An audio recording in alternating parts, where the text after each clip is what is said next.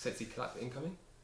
Hello and welcome to. You don't need to do it so close, because if you do it so close, it's going to overlap with your hello. Alright? Hello and welcome to part 2 of our phase. Yeah, you fucked it. Hello and welcome to the Overall Nerds. Today we've got part 2 of our Marvel tier ranking. We already did phase 1 literally like 2 minutes ago, but I don't know when the video is going to come out, so there'll be a little bit of separation. But this time we're doing phase 2, which goes from Iron Man 3 up to Ant-Man. Ant-Man's phase 2? Okay, fine. I don't know anything, bro. That's an overall nerd. Allow. If you guys haven't seen our phase 1 rankings, definitely check out the last video. Alright. Some controversial opinions in there, but I feel like phase 2 is a bit more straightforward, if I'm being honest. Just looking at those films. Maybe. Potentially. Let's get started. Yeah. Iron Man 3. The thing is with Iron Man 3, is it's not a terrible watch. Like, it's rewatchable. It is rewatchable. The thing is, they went very Tony Stark with it. Right, they're like a very Tony Stark focus, which is fair, but I feel like that's been that was 1 and 2, and they gave you a lot of Iron Man at the end. To be fair, yeah, the thing that changed is I've never really cared about Tony Stark in the first 2, maybe 3 phases. So the Iron Man films are never in high regard for me. So I would normally put most of their films in puny god.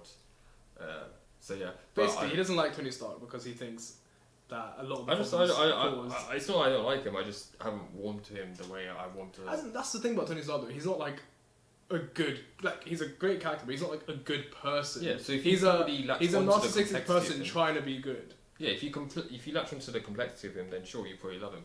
But I'm like, yeah, I understand him. I like him, but he's not. I wouldn't like watch a whole film for him. Or watch a whole trilogy for him, mate. So Iron Man 3. I'll say puny god, because it's not as good as Iron Man or First Avenger, but it's not terrible. Like, it's nowhere near Iron Man 2. You know, the whole Mandarin storyline was pretty alright. I like the plane save. The plane save was cool. The suit at the end, all the suits coming and the suit ups and everything. I think that's cool. There's nothing not to like about it. I just wouldn't say it's like the most entertaining. I'd say the last part was one quite good. I do think it has a weird ending with him blowing up the suits, saying goodbye to Iron Man in a way. Yeah, just to kind of get them back at the end. Yeah, but I guess that was the whole contract thing. Like, wasn't he going to stop making films? Yeah, and then it was a bit iffy about if he was going to come back. But first, I say puny god. Puny god? Yeah. You on that? First one. Would you put that in really the worst? No, I wouldn't put it in the worst. Thor: The Dark World. Now, you see, I've actually watched this recently. Really? Yeah. When did you watch that? Like last year. Same, to be fair. I can't remember what happened. So, I'm guessing. Let me actually try to remember what I said. You go say some stuff about it. Thor: The Dark World. I'm not gonna lie. I always thought it was just one of those films I haven't seen in ages. It's probably okay. It's not. It's pretty boring, and Loki does save it a bit, but the villain's dead. No, even if it is played by the Ninth Doctor. Oh, Christopher. Yeah. You know, the whole Natalie Portman, Jane Foster aspect. Like, I'm glad they just moved away from all that in Thor 3. I think Thor 3 was only as good as it was because Thor 2 set such low expectations for Thor in general, and Thor 2 kind of like made people realise that Thor's not very like fun at all. And he should be, because you know it's not like Captain America where he's just a guy, more or less. It's more or less.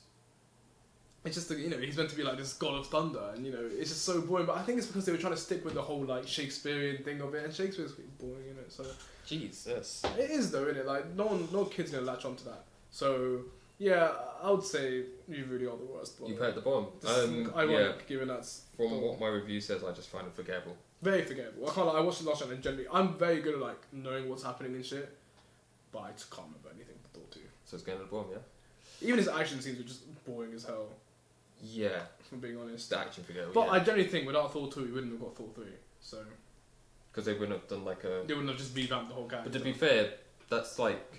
That means Thor 2 would have been good, so we wouldn't have wanted a revamp. So we just chatting shit. Next we've got Captain America: The Winter Soldier. This is it still my favourite? It might still be my favourite Marvel film of all time. It's without a doubt we could watch this all day. This was the film that got me into the MCU, I would say. Like before it was like films I would watch and have a good time with. But I think this was the film I was like, I want to be engaged in it. I want to I kept up to date with the news from that then on and blah blah blah. But yeah, I think the action's good. I think the plot twist with Hydra is great. The character work is good. It's just a cool film. Solid, honestly. It's a cool film. There's not too many. I can't think of a negative about it.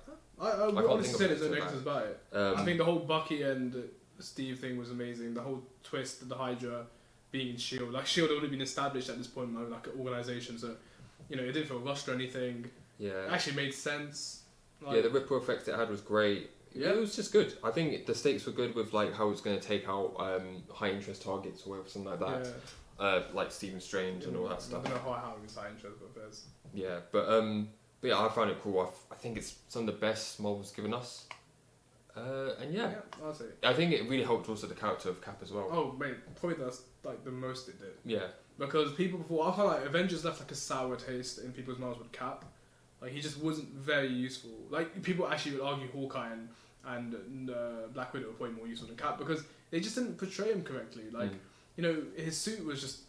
I didn't think his suit was very good. His really fight choreography was just terrible. Yeah, but like the Russos fixed it straight away. You have the boat scene, the kicking, the elevator scene, the when we jumped out the elevator in the first place. Not one fight scene missed in this. Yeah. Every fight seems really watchable. Honestly, Captain America and Soldier. Yeah. It's one of the few solo films that will actually make it into like we could watch this all day. I'm not gonna lie. Yeah. That's how you know. Next, Hamza's favorite film of all time, Guardians of the Galaxy.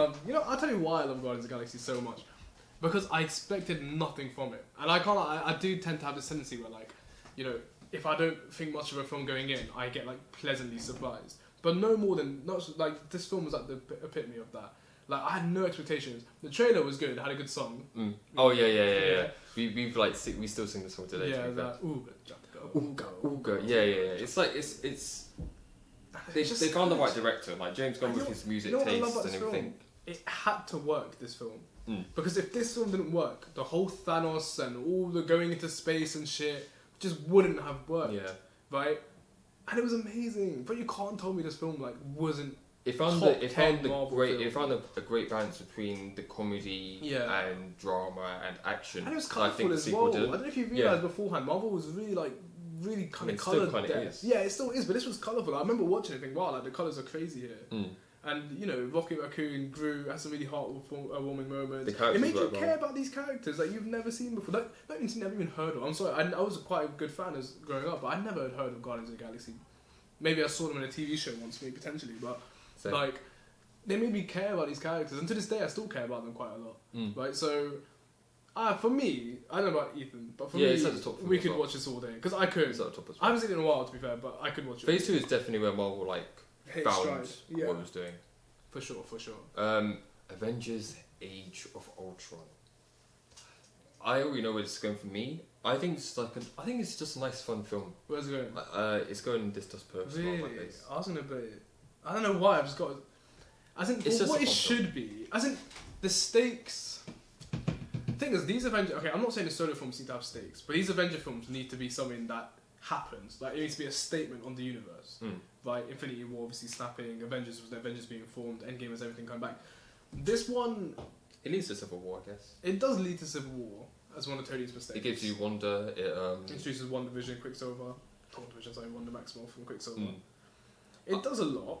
I think it's just, for what it was making itself seem, you see the title is Age of Ultron, it's making it seem like Ultron's going to be this threat.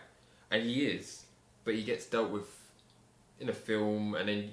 From phase 2 standpoint, it feels like his impact isn't there. No one speaks about him. Tony had a throwaway line in Civil War saying, "Ultron, my fault. Like, mate, you almost destroyed the world." There was stakes in the film in the sense that, as that asteroid was getting higher and higher and higher, he did feel shit. Like, if the Avengers don't fix this, what's going to happen? And Tony yet again sacrificed himself at the end. You love your man, don't Every Avenger film, you're trying to sacrifice himself. I get. But I think it's just a fun Avengers film. It's fun. It is very, very rewatchable. And you see the Avengers working as a team for the first time. And the only time, to be fair. I'd rather watch it than Avengers. I think, this does put a smile on my face. I don't know why I was going to go with Puny God, but Jesus, man, you were trying to put on the same No. I don't know what I was thinking. Ant-Man's the last one, right? This was our first MCU film together, right? Yeah. I liked it. This does put a smile on my face, honestly. Yeah. I think it was nicely creative with the whole Heist. Heist? Yeah, the heist aspect, but also the van dude. What's his name? Louis. Yeah, something like that, and like the way he would speak and all that stuff. So yeah, that was cool. I thought it was interesting how they started with the second iteration of like Ant-Man. Yeah, I like that though. I think is that the first superhero film to do that? Maybe. I think that is. Maybe, yeah. They started with Scott Lang. Yeah, because Scott Lang wasn't really that known. Hank Pym is the one who's like, what? He's involved with Ultron. He like helps the Avengers normally. In the comics, yeah. And they do have this like Shield flashback. Like what Phase 2 do a good job at establishing is Shield. It doesn't focus on Shield now, obviously, because of Hydra, but it focuses on like the early days of Shield a lot. So you see like Hank Pym, and you know, there's like it's weird because there's all these superheroes kind of before the Avengers, and we find out. And then they show flashbacks like Hank Pym as Ant-Man. And I think the way they played, like for a superhero that generally people would honestly argue when you first hear what dumb power. I think the fight scenes were really good. I think the way the comedy was great. I think it was really good. The Falcon cameo was fine. Didn't feel very forced or anything. Yeah, that's funny. I think Scott Lang's a great character.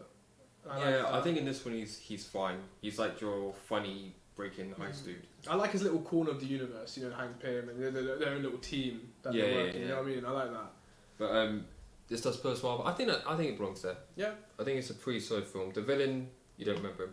But Yellow Jacket was fine. Darren Cross. Yeah, but like he didn't harm the film, but he also didn't boost the film. Again, it was a formula of the same technology, same. Yeah, it's an Iron Man type thing.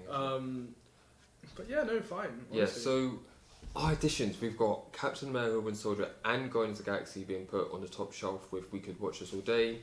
We've added Age of Ultron and Ant-Man, so it's just put a smile on my face, and Iron Man 3 to Puny God, and then Thor: The Dark World. So Phase 2 hasn't done a bad job. It's out of the 7 films, for like 4 of them have been amazing. I'd say. Yeah. And just 2 of them kind of. Oh no, sorry, 5 of them have been really good. Yeah. It's just 2 of them kind of haven't banged that much. Phase 2 is like when it started for me. It improved as well later on with Phase 3, and I still like Phase 4. But yeah, these building blocks were just so important. That's just the way it is. It's what it needed to like. You need like these stories, like for us to care about Captain America so much in the Endgame and Infinity War, to the point where we're like, oh my god, what's gonna happen? Like you needed these films to be good. You know what I mean? And they did a good job. They saw their weaknesses. They saw shit. Cap's not that well. Okay, let's make it a bit more interesting, and they've done it, and that's calm. Well, I think that's Phase 2. That's done. Thanks so much for watching our Phase 2. Yeah, we'll be coming up with Phase 3, Phase 4 as well. Pretty soon. So soon we might be wearing the same clothes. But until then, like, subscribe, comment your own thoughts. Yeah, let us know if you agree or anything, or if you disagree. And we're out.